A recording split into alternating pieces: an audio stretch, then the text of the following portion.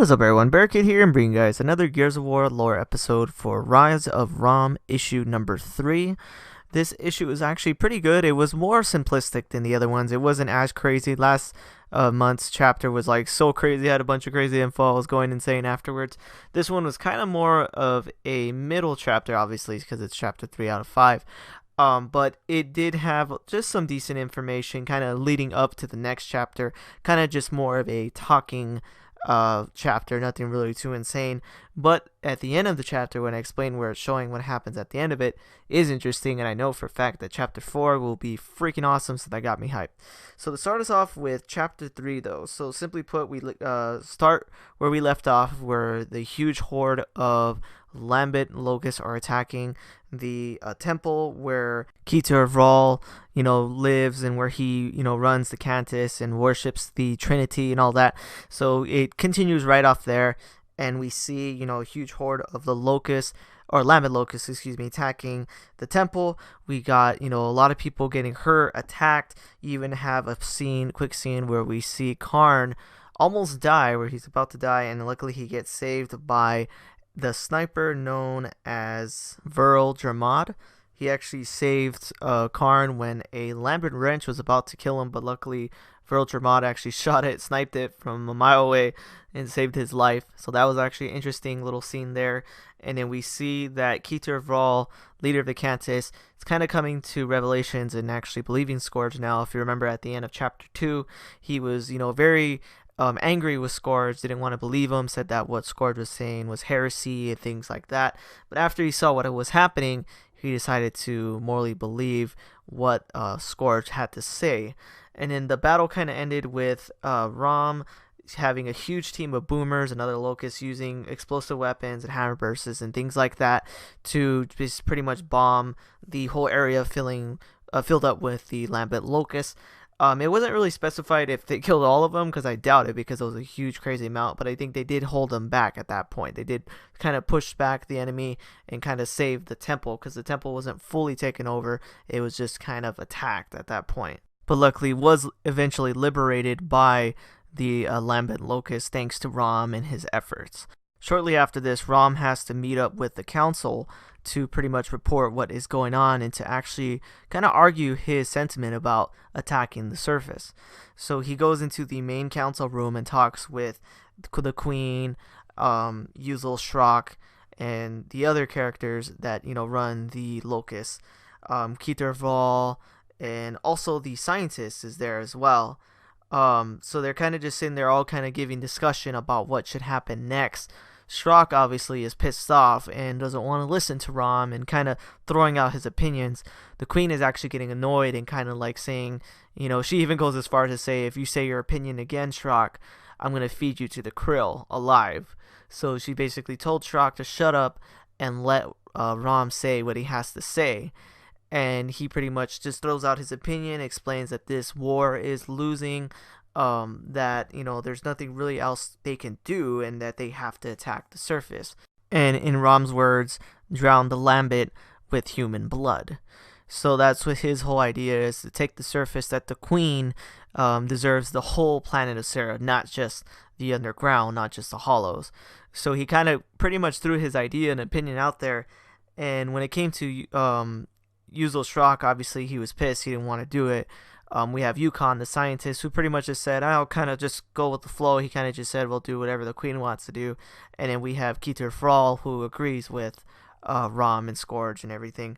And pretty much at the end of this whole situation, after everything is decided, the Queen simply decides that Raam is now actually going to be the main leader and attack the surface, whereas Uzel Shrock has to stay in the hollow and fight Lambent locust and pretty much do what he was trying to do anyways, because his major thing was he wanted everyone to stay inside the hollow and just fight the Lambent locust. He didn't want to attack the surface. So in a way, the Queen kind of did a kind of middle ground there and told Raam, you attack the surface, Shrock, you're gonna go fight the Lambent. And Shrock's kind of just sitting there kind of like, okay, like you could tell he felt kind of depressed and sad, because the Queen kind of pushed him to the side for Raam. Like he actually wants to be the main leader, main guy, but she kind of just pushed him off and said, you know what, Ram has a better idea, pretty much. And then after this whole discussion, after everything is over, she tells everyone to leave the room except Ram.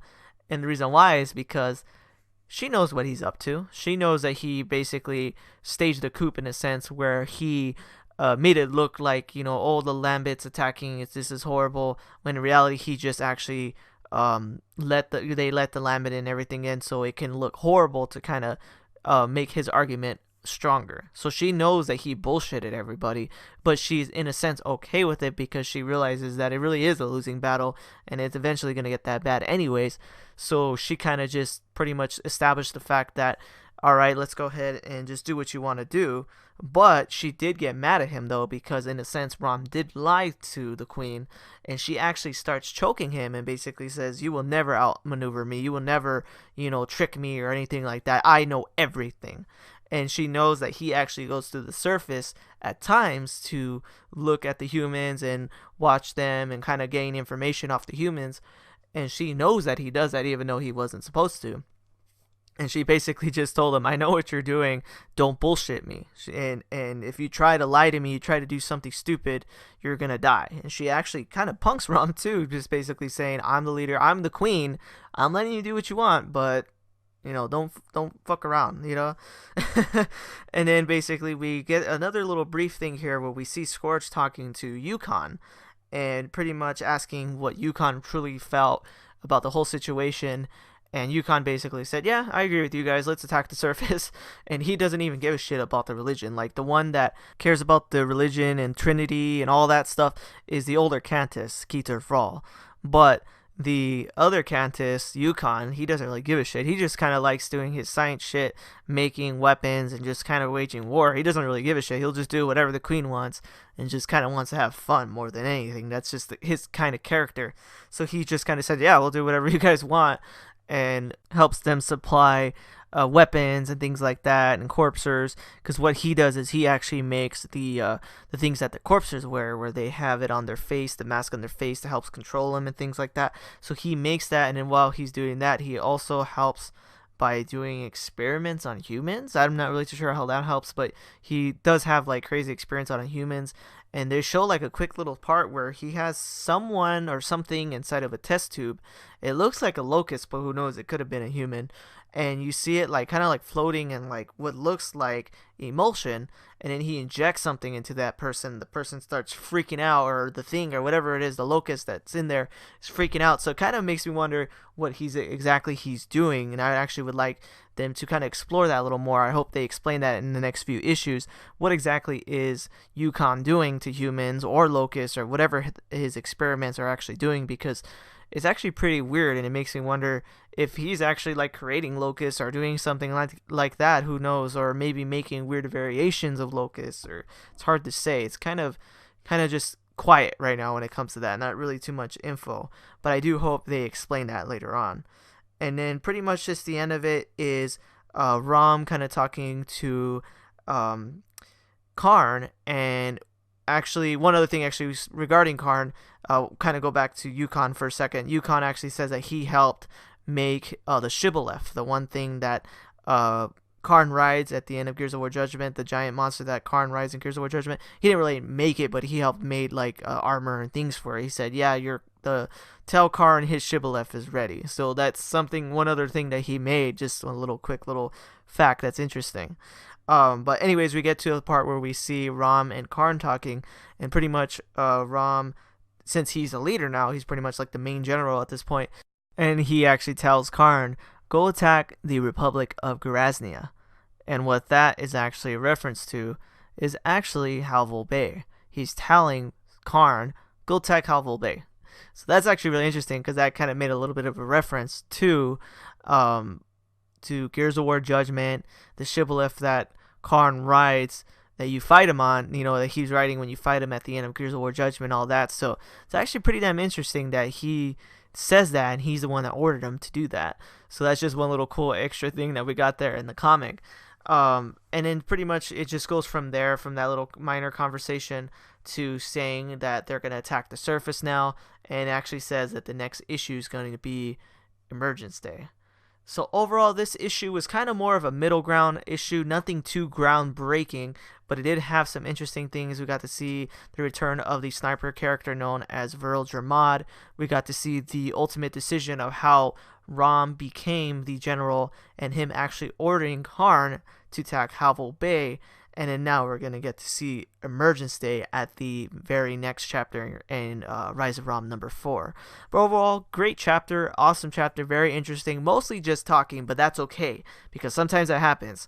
Middle chapter, middle episode, or middle part of a movie or whatever is always morely just talking stuff, and then the awesome shit comes up next. So I'm definitely can't wait till next month and we get chapter 4, number 4, whatever heck you want to call it, because we're going to see Emergence Day, amazing battles, and crazy shit as the shit hits the fan.